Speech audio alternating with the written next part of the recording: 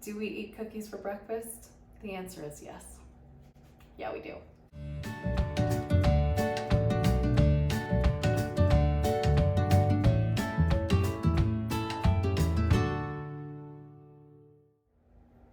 Hey friends, welcome back to the channel. Today we are going to make some breakfast cookies, since you've probably heard me mention them about 987 times on the channel, mostly during grocery hauls when I'm picking up ingredients for them. So I thought I would uncover the mystery, show you how I make them, and answer the question of, do we eat cookies for breakfast? The answer is yes. Yeah, we do. So these are great. Again, they're just kind of filled with really good ingredients. I do follow a recipe off of Rainbow Plant Life. That's Nisha Bora's site. It's one of the first, I think, YouTube channels that showed up on my feed that showcased vegan cooking, and I've tried a few things off of her site, and every one of them has been amazing, and this one included. So I will definitely link the recipe down below, so check that out. And I'll also put some of my recipe tips on there, because I do make things a little bit different. I've tweaked it because I've made this so many times, but recommend following her recipe probably the first time around. I want to say years ago, I think when I was watching the Food Network or something, one of the chefs had said, if you're trying a new recipe, definitely follow it to the letter the first time around, just so you can get a feel for it. And then, like, when you go to make it again, you can tweak some things, like figure out what you needed, what was missing, what needs to be added. So let's get to it. First things first, there's a couple things you want to do before you really dive into the recipe, and that's, of course, preheat your oven. So we're preheating the oven to 350. And then also you're going to want to make your flax egg. So just get like a tiny container, and we're going to use 2 tablespoons of ground flax seeds. So we have a big jar of it. So I'll just get that going, because the flax egg is gonna take about maybe 10 minutes just to kind of do its thing. So we'll put 2 tablespoons in there. And then you're going to want to add to that about 5 tablespoons of water. So I got my little water. Look at this cute little jug. I got that from like the Ark or something. It's cute. So just add that into there, and then give it a stir. And so we'll just do that, and then we're gonna set that aside so it can kind of firm up, and not firm up, but it gets kind of gooey, and so that's what we'll add to some of our wet ingredients. But we want to get that started first. All right. So I've got that all mixed in, and I'm just gonna set that aside for right now. Okay, so next let's start with the dry ingredients. So I've got my big bowl for the dry ingredients, because I'll put the dry ingredients and then I'll later on combine the wet ingredients. So a couple of other things here too. I like to use a food scale instead of measuring cups. It's fewer dishes. I think some folks have said it's probably just a more accurate measure. So first we're going to do 190 grams of rolled oats. So I'll just set my scale to grams and then put the bowl on top of it, and that'll zero out. And so again, I like to use this. You saw this in one of my Costco hauls, is this 1 Degree Organic Foods rolled oats. They're sprouted. So I'll wrestle with the bag. And so I'm just gonna pour until I see the food scale measure at 190. All right. 5 grams over, but that's okay. And then we'll just start putting these things over to this side to get them out of our way, clean as we go, right?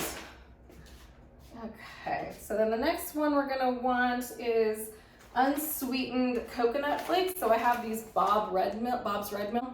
They're unsweetened and unsulfured. And so we just need to tear out the food scale. So there's a setting on it that says like T or tear, and that just resets it back to 0. So we want 50 grams of this, or half a cup. The oats are also about 2 cups, or 190 grams. So here we go. We're going to do 50 grams of this. We'll see if I have enough. And I just made it. So, but I really do like these. But I also had in the waiting, in case I didn't have enough, was it looks like Simple Truth Organic makes the same thing. I haven't tried these yet, but I will next time. Now that I'm out of these. Okay, so we've got that in there. And next is a half a teaspoon of both baking powder and baking soda. So we'll start with the baking powder. And get our measuring spoon. Since these smaller measurements are probably not so good for the food scale, we'll just use that. So we'll just dump that right in. So, and then half, put this over here. And then half of a teaspoon of baking powder. So I just use the Arm & Hammer baking powder. Sprinkle that in there. And this is where I deviate from the recipe a little bit because I do like to use a little bit of cinnamon. And so I'll probably put like a heaping teaspoon of that in here. So just to give it some flavor. Cinnamon's got really good properties. So I need to use up some spices because I have way too many of them. So there we go. Okay, so put this over here. And I forgot to grab the salt. So 1 second, I'm gonna grab that right now. Okay, got my little salt container. And half a teaspoon of salt. I back off on this just a little bit. I don't need a ton of salt and things, but I do think it adds a good touch. So I'll probably use a little less than half a teaspoon when putting that in. So that, I believe, is all of the dry ingredients for the moment, and I have it printed out, so you might see me glancing at my cheat sheet every now and then. So I'll just stir that up just to combine it. I don't know if you need to do it, it's just something I do. So now we've got that. Now we'll do the wet ingredients. And let's see, and put this off to the side. Put this on and then clear out the food scale so it's back at 0. I'm gonna start with the maple syrup. So I get this from Sam's Club.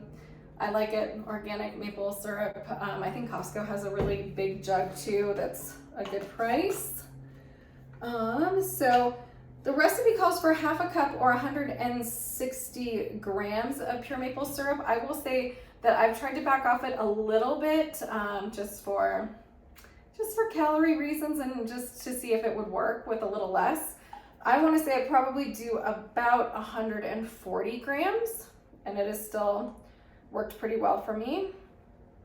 And so be sure to concentrate really hard on your food scale. So a little more dollop, almost there.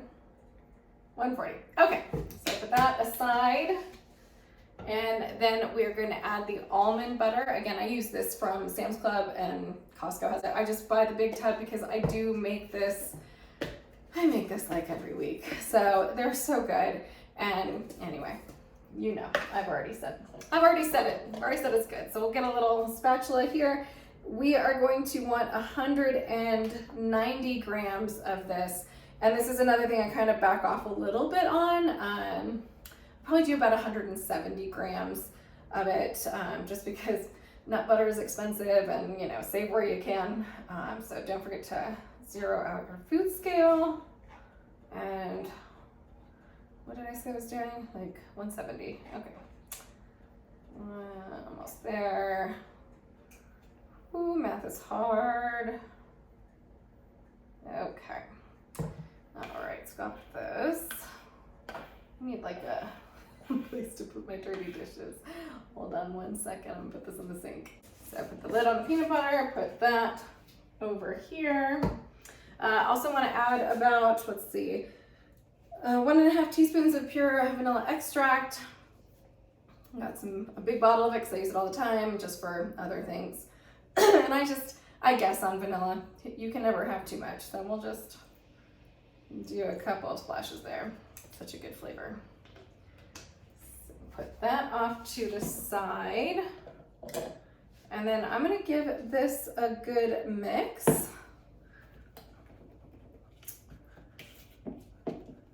So mix that up. I'm gonna check on the flax egg then too. See if we're kind of goopy enough to add that into the wet ingredients. I don't think I So it's kind of gotten a little gelatinized. So as you can tell, it's not like so liquid anymore. It's kind of gloopy, gelatiny, something. And so you're just gonna add this right into the wet ingredients. And again, we're gonna clean as we go. I'm gonna go put this in the sink. Okay, so now we've got the flax egg in there, and we're just gonna give it a good stir so that that is all combined before we put that into our dry ingredients. Just stir that up. Okay, so then we've got our dry ingredients over here, and we'll just dump that in. Isn't that nice? These are so good. So good. And in case you all were wondering if we eat anything other than processed fake meats, that's something we do as a treat from time to time, going out to eat. I don't think we do it any more than like once a week. We try to eat a majority of our meals at home. I don't mind cooking every now and then. Of course, things get busy like everyone else. We both work full time and have other activities and hobbies that we like to pursue. So having some things that are quick and easy on the go helps, especially these breakfast cookies, because I feel like I can knock out a batch in maybe 30 to 45 minutes, start to finish. And then David has breakfast for the whole week, something really easy to grab while he's in the truck. And I have like a quick snack if I'm starving when I get home from work, or just need I might have a little bit, like half a cookie at a time. So yeah, so just like to have some things like this that are pretty healthy, and kind of, more of like whole food based. And so I just mix this to kind of combine it. I don't get too crazy with it because now we're going to be, so here's what that looks like at the moment. So now for the fun part of this and the really customizable part of this recipe, this is where you can really make it your own. So by kind of changing up your mix-ins, there's a lot of things you can do. So first we're gonna start out with hemp seed. So really good source of protein, especially if you're fully vegan. So for this, we are going to add in 50 grams, and I'll just clear out the food scale. And once again, I just measure the 50 grams. No need to dirty any other dishes. I really like that because don't need any more dishes to do. Okay, so that's 50 grams. And then from there, just, you get to decide what you want to put in here as far as like fruits, nuts, and things like that. I've never tried fresh fruit. I don't think that would work in here, so you probably want to stick to some dried fruits. I try to find dried fruit that has no additional sugar added. So in this recipe, I already have some things prepared. I like to put in maybe, dogs are barking, we'll give them a minute. Okay, so I always put in 2 medjool dates in there, and I just do just kind of roughly chop them up. So just kind of, they're fairly big pieces. You can make them as small or as big as you want, but I think that's a really good thing to add in for a little bit of sweetness. The dogs are still going crazy. Are they done yet? They might be, they might not be. All right, now the dogs will start barking, I think. So I found some dried pineapple. This has 0 sugar added, and so they kind of are big and clumpy. So I just, take a knife through those, cut them really finely. And then finally for this batch, I've got these dried berries and golden raisins mix. So this has been really good, and you don't have to chop those into pieces or anything, just throw them in there. And I like that it's got the cranberries, the golden raisins, and cherries in there. So, but really you can do whatever you want. You could put dried apples in there. You could do, I've done apricots.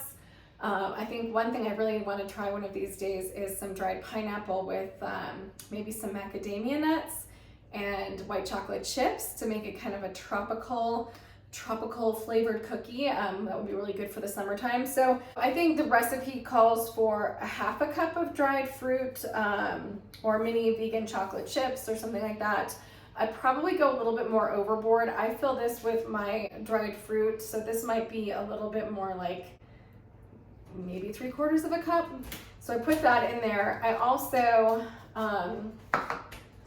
chop up like a square of good dark chocolate. So, and I just sprinkle this in here. There's not a lot, and I feel like dark chocolate has a lot of good properties, good for your heart, good for other things. Chocolate is always good, as we know.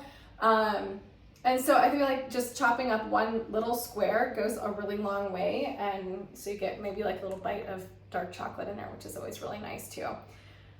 Okay. Next, it also calls for a half a cup of pepitas, sunflower seeds, or nut of choice. So it depends on what I have laying around. There's always nuts in this household, so I keep those around. I try to maybe go to the baking section, and if there's something on sale, pick that up, like, because they normally have the pieces or the pre-chopped nuts.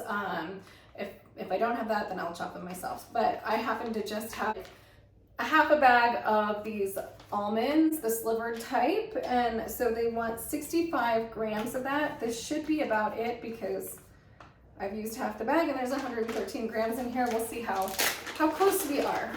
All right. We are at 52, and so I think what I might do is I bought some sunflower seeds a week or two ago, so I might just make up the difference with that. So 1 second while I go hunt those down. Found them. All right, so I just need about 8 grams of this to make up for what I didn't have with the almonds. So not too many, but a little extra nuts and seeds goes a long way, yes? Okay, so I think we've got everything in here now, so we're gonna stir this again to just incorporate it. I'll put the fruit scale off to the side and just give it a good mix. So just so you can kind of see where it's at right now. Okay. And just make sure that everything's kind of evenly distributed in there so you can get a good bite of all this deliciousness when you have your breakfast cookies. And I feel like these will store for about a week. We put them in a big container and just keep them on the counter for the week. And then if there's any left, I like to just put them in a freezer bag and put them in the freezer. So I just keep adding to those week after week. And then if we're on vacation or take a trip, then I've got breakfast cookies already made. If I'm feeling lazy one week and I don't have the time to put this together, then we still have a few backup in the freezer to use. So, all right. I think we are all just combined as it almost jumps out of the bowl. Okay, so clear off the spatula, give it a little taste. It's safer than cookie dough, right? No raw eggs in here. It's so good. So that's what it looks like now. Okay, I'm gonna put this over here. I'm gonna do this. And I've got 2 lined baking sheets. You should get about 24 cookies out of this, and I would say pretty good size. I use this really old ice cream scooper to as my measuring device. Another quick tip, I'm gonna put some water in this cup. This is a sticky batter, so I suggest dipping your scoop in every couple of times because that will really help to not make the cookies stick. So I'm gonna get some water, I'm gonna go get my baking trays, I'll be right back. All right, I cleaned up a little bit. I've got my baking sheets, I've got my glass of water to clean off my older than a dinosaur ice cream scoop. Seriously, I think this has been in my family. I remember my dad scooping out ice cream in this when I was like real little. So I guess it has some sentimental value to me. So that's why I use it too, because it's definitely been through the ringer and it looks quite questionable. But anyhow, here we go. So I like to kind of dip the scooper in and then just press it up against the side so that we've got a nice flat edge and then just pop it out. And I forgot to dip this in the water. I just said that I was gonna do that. All right, so dip it and do a little tap and then just scoop. And so once again, I've got a nice full, and these are, I mean, these are good sized cookies. You know, that's not a little tiny bite. I did kind of put the macros in to, I don't know, like MyFitnessPal or something, to see what the calories and all that stuff is on them. I'll put some of that information below, but I want to say it's like 151 calories per cookie. There's a couple of grams of fiber, and I think even a couple of grams of protein in here. So it's kind of like an all-around good cookie. Like, what other cookies have fiber and protein in them? So anywho, so I will, like I said, I will put that down below too for your information, so you know. But yeah, we just scoop these out. And I guess we could kind of chit chat about life updates and things like that. We're all very excited for summer. Dave has been working on his car. He's been putting in a lot of hours on that. So that's kind of his hobby. I've been trying this whole weekend to fly through a book for my book club. So the book is good. It's Wrong Place, Wrong Time, I think. And it's starting to really pick up, which is good because I have to have it read in a few days. So we'll see how that goes. That is me. I am a procrastinator, like black belt procrastinator. So got that going on, and then I'm also going to, I think, start training this week for a half marathon.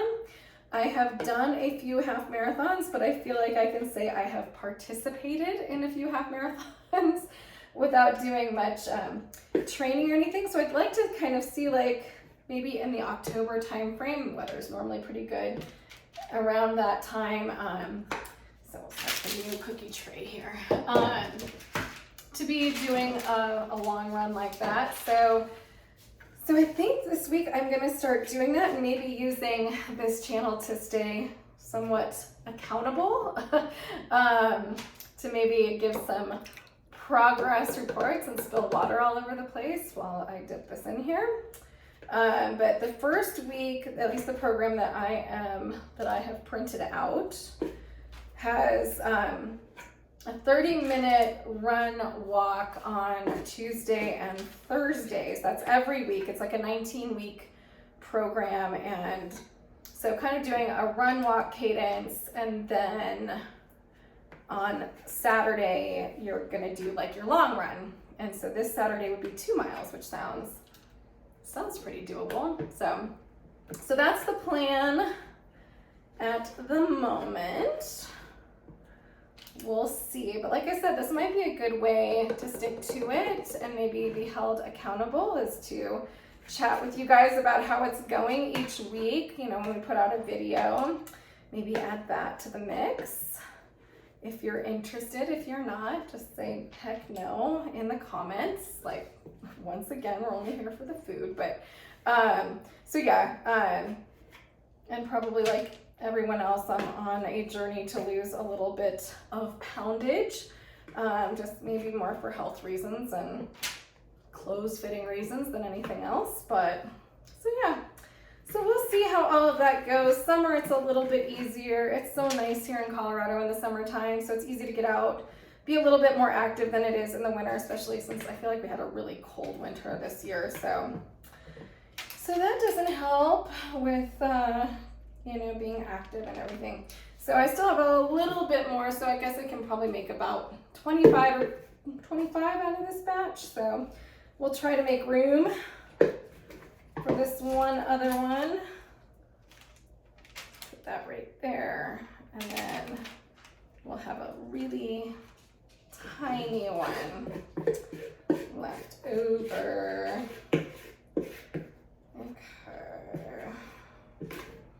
So tiny, little baby cookie. I'll probably just put that in the middle there. Okay, So now we have all of these on our baking sheets. I do recommend parchment paper. Again, it's a sticky dough, so I think anything you can do to keep things from sticking is gonna work in your benefit. It's gonna cause a lot less frustration. So I'm gonna go put this in, well actually, yes, I'm gonna go put this in the sink. I'll show you my final step and then we'll load these into the oven. So one moment. Okay, so I said there's one more final step, and this is again just to kind of avoid frustration and things sticking. You know, I haven't tried cooking them like this in little balls. I try to smush them down so they're more like cookies. And in order to do that, I take the bottom of a glass and I dip it in water. You're probably not seeing that, that's not on camera. So I just filled a little bowl with water and I just kind of dip the glass in there, kind of try to remove the excess. And then I just go through and lightly press those down, and you can kind of tell by 3 or 4 that they're starting to stick a little bit to the glass. So then you just dunk that in water again and then keep pressing. Do a little dunk again, press. So yeah. So as you can see, like I know it's taken me a lot of time here and looking at the clock, and we're at about 30 minutes. But I think that's kind of just, we're taking a little bit more time to demonstrate, but I can say right now I fly through making the dough probably within 5 to 10 minutes, and then, you know, just putting them on the sheet, and then these will cook for about 17 minutes. I don't put both cookie sheets in the oven at the same time. I just prefer to do one at a time, and that kind of works out. So, all right, these are all pressed. As you can see, that's not the prettiest one. Ooh, that was loud. This one looks better. So yeah, so that's kind of what they're gonna look like. And now I'm gonna take a break. I'm gonna pop these into the oven, like I said, 350 degrees. My ideal is about 17 minutes. I'm trying to look at the recipe. They say 18 to 20. I'm about at 17. So you'll definitely want to pay attention to your oven and to the timing of that. So we'll see you in just a little while when these are all done and cooled, so you can see the finished product. So we'll see you back in a few. Okay friends, they are out of the oven. The house smells amazing, like fresh baked cookies, cinnamon, all the good things. So we all know the best way to enjoy a cookie is when it's straight out of the oven. So let's take one of these and see. So they're so warm. You can see all the oats, and crack this open, and the fruit, and like a little smidge of chocolate. It's so good. Let's give it a try.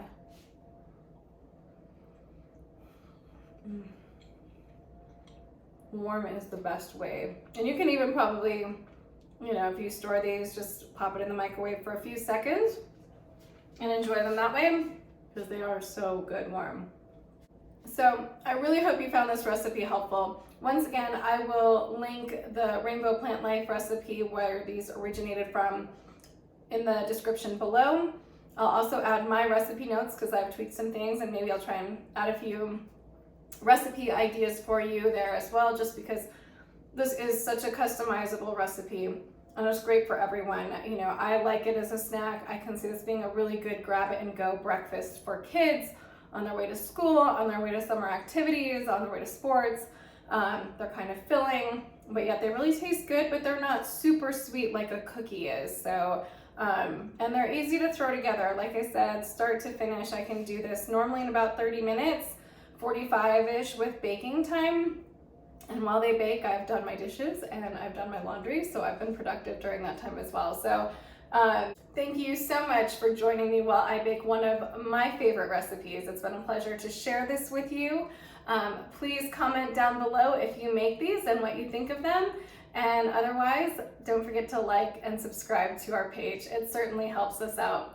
We'll see you in the next episode. Thank you so much. Bye.